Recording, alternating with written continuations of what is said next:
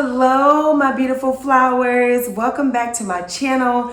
Dr. April here with another video in our racial trauma series. So by now, you guys already know who I am, so there's no need for introductions. If you are a first time watcher of my videos, hey, welcome. This is the place where you can not only find work-life balance, but we really dive a lot into workplace issues, and I want to help Black women navigate those issues. So if you are new, welcome. You can always go back and watch the videos that are connected to this series. But if you are a returning subscriber, hey girl, thank you so much for tuning in. And without further delay, let's get into the topic of this video. So today, what I want to talk to you about is how to set boundaries in the workplace without being labeled the angry Black woman.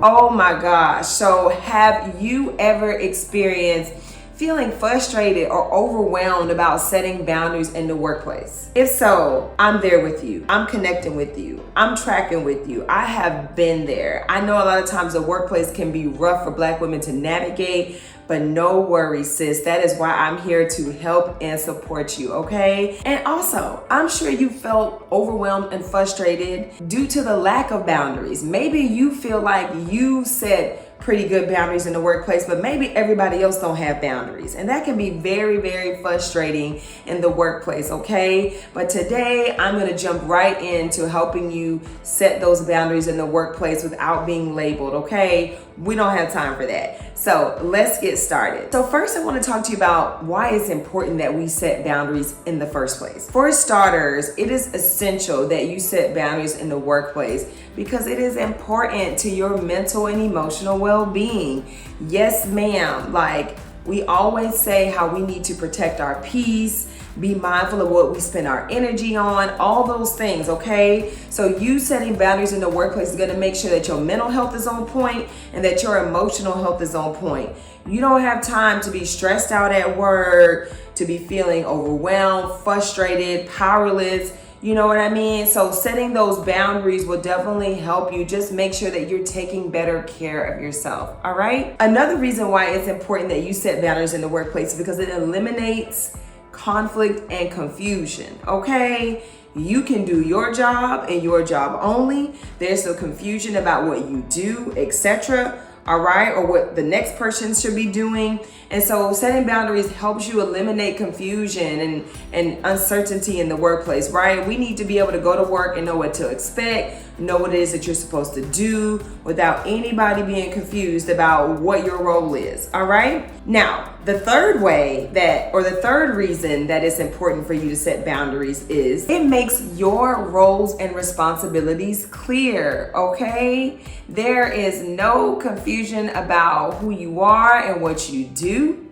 And it lets people know also that I'm staying in my lane. I'm gonna do what I need to do for me here in this workplace, and I'm not going to be doing the most or doing other things that are unnecessary, okay? So setting boundaries in the workplace definitely helps you stay in your lane. And it makes your roles and your responsibilities clear to everyone that you work with, all right? And the last reason it's important for you to set boundaries is it helps you to obtain work-life balance. Work-life balance is so important, y'all.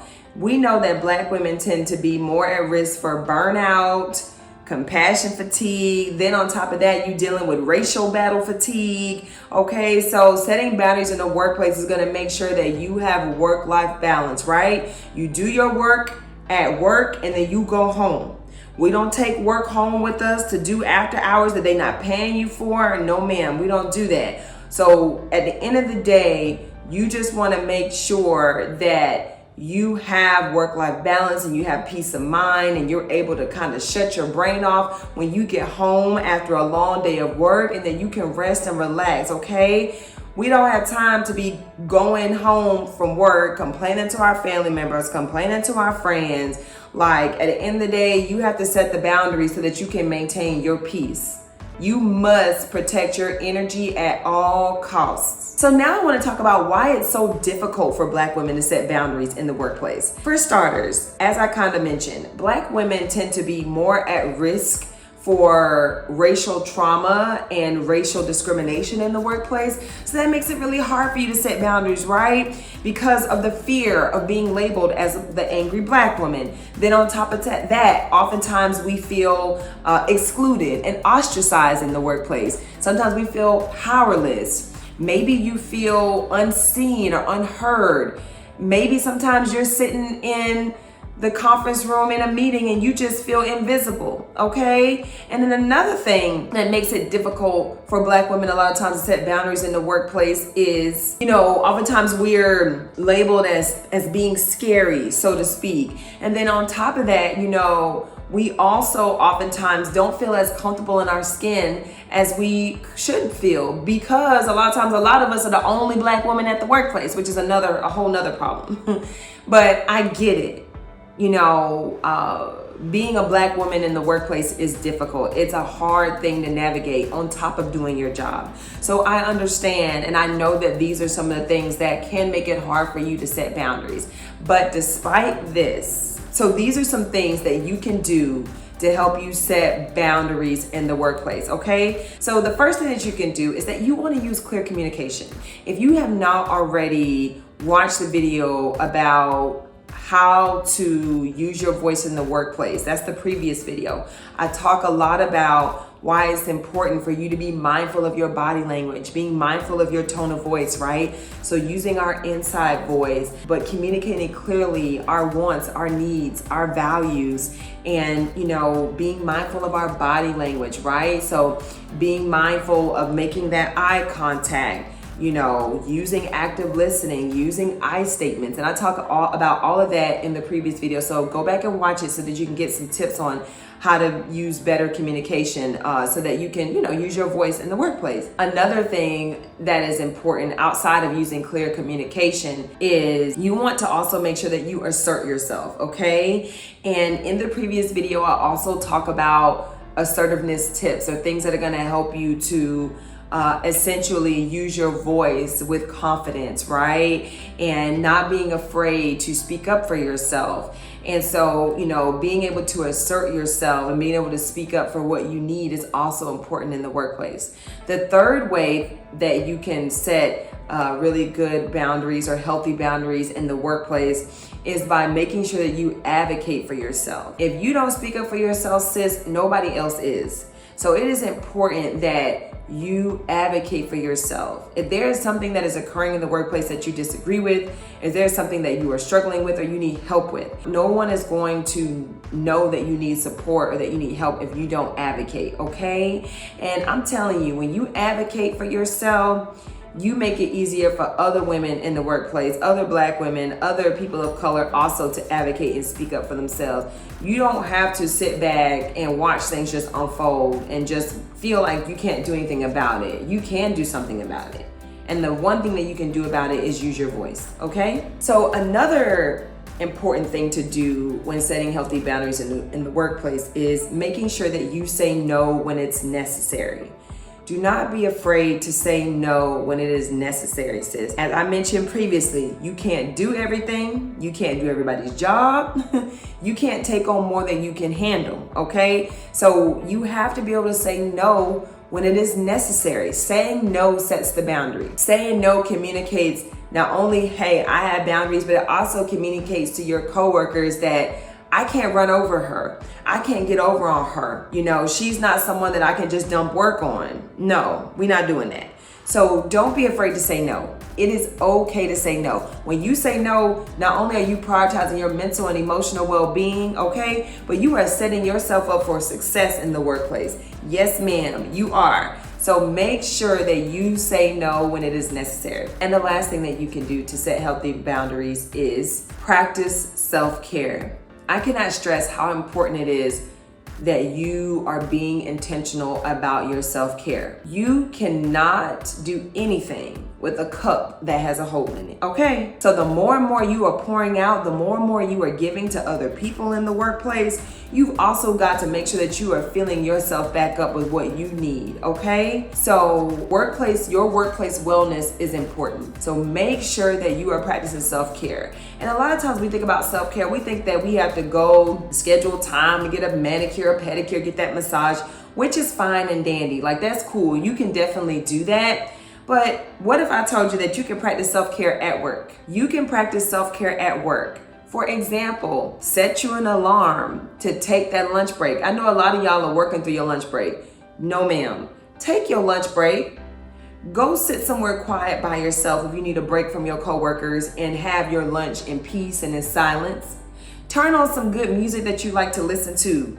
Go out to your car, listen to a meditation right quick. Also, be mindful of taking little mini breaks or incorporating mini breaks throughout your day. I don't care if it's a 5-10 minute break for you to walk outside and get some fresh air, or if it's a 5 to 10 minute break to go outside and just sit there and look at the trees, listen to the birds, look at the beautiful sky. It doesn't matter, whatever you're into. Maybe you want to spend some time drawing right quick, draw you a nice little picture, or maybe you want to journal, or maybe you want to, just decompress and just sit there in silence. That is okay. I think it's very important that you are practicing self-care outside of work and inside of work, okay? So try some of those things. If there is something that you do at work for your self-care, sis, that you want to share with the community here, please drop it in the comment box. We want to hear from you. And also, if you are getting value from this content and you are really connecting with what I am saying, go ahead and hit that like button, okay? And go ahead and subscribe so that you don't miss out when I make more videos on workplace issues, okay? I want to help you navigate all the workplace stuff. So at the end of the day, you want to make sure that you subscribe and you hit that notification bell so that you know when I post a new video here every week, okay? Thank you so much. Now, let's keep moving on. What I want to do now is just tell you about my personal experience setting boundaries in the workplace and how it was successful for me. I want to tell you about a time when I was working in the workplace that I set boundaries and got really good results, okay? So I've shared this before. So previously, before getting into private practice and opening my own business, I worked in the school setting, okay? And I was a school counselor.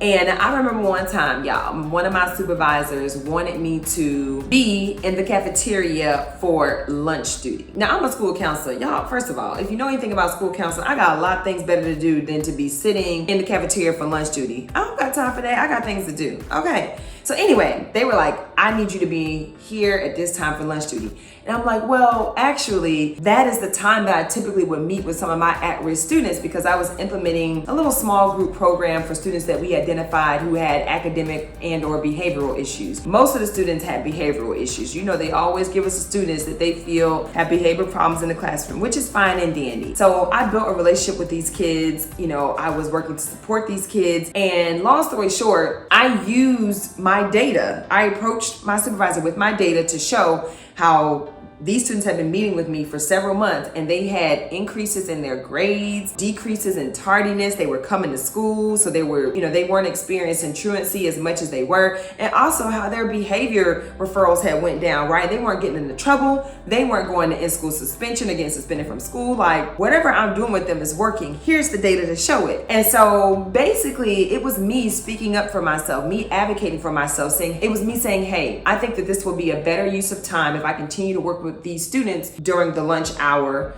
because they're doing much better with my support. If you take me away, then there's a likelihood that we're going to start seeing some decreases in the improvements that these students have made. And so sometimes, sis, you have to show up with the data. Here's the data, here's the results, here's what I'm doing that's effective, and here's why I need to continue doing this, okay? At the end of the day, by me setting the boundary, by me advocating, by me showing them the work that we're doing, because we know a lot of times these workplaces, they think that we're not doing nothing. They think that we sitting behind the desk, twiddling our fingers, whatever the case may be, but we know that we're a lot of times working 10 times harder than everybody else. We always have to be 30 steps ahead, okay? So at the end of the day, you have to advocate, stand up for yourself. And by me doing that, guess what? I got to keep working with my students. I was not doing no lunch duty. I was helping those students and helping them to continue, getting better grades and improving their behavior. And so at the end of the day, by setting the boundary, I was able to get great results, okay? So that's just my personal experience with setting boundaries and how it worked for me. If there's an experience that you also would like to share and where you basically set the boundary in the workplace and you got good results, please share with us below. You never know what sister could benefit from the information that you share, okay? So make sure you put it in the comments for us. So let's do a quick recap. So today I pretty much talked to you about the importance of setting boundaries in the workplace. I also talked to you about what are some of the issues or reasons that Black women have a difficult time setting boundaries in the workplace, right? And then I also share with you how you can set good boundaries in the workplace. And then lastly, I shared a personal experience that helped me get good results when setting boundaries, okay? So that pretty much covers today's topic, today's video. Thank you so much for tuning in. If you have not hit that like button, sis, go ahead and hit that like button. Go ahead and subscribe to my channel. And don't forget, share this with somebody. If you got a friend or a family member that calls you complaining about their job a lot of the times, go ahead and send them this video and share my channel with them so they can start getting some support so that they can stop blowing up your phone.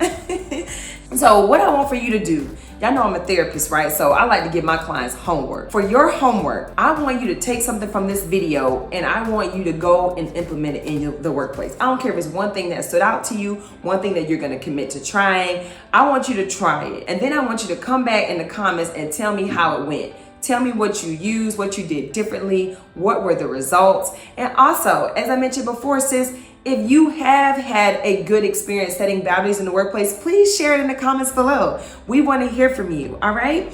And also, if you are getting value from this content, sis, I just want to invite you to please support my channel so I can keep showing up here, continue making amazing videos that help us out. And you can definitely support me, sis, by buying me a coffee. I love coffee. The donation link below to support my channel through Ko-fi is in the description box.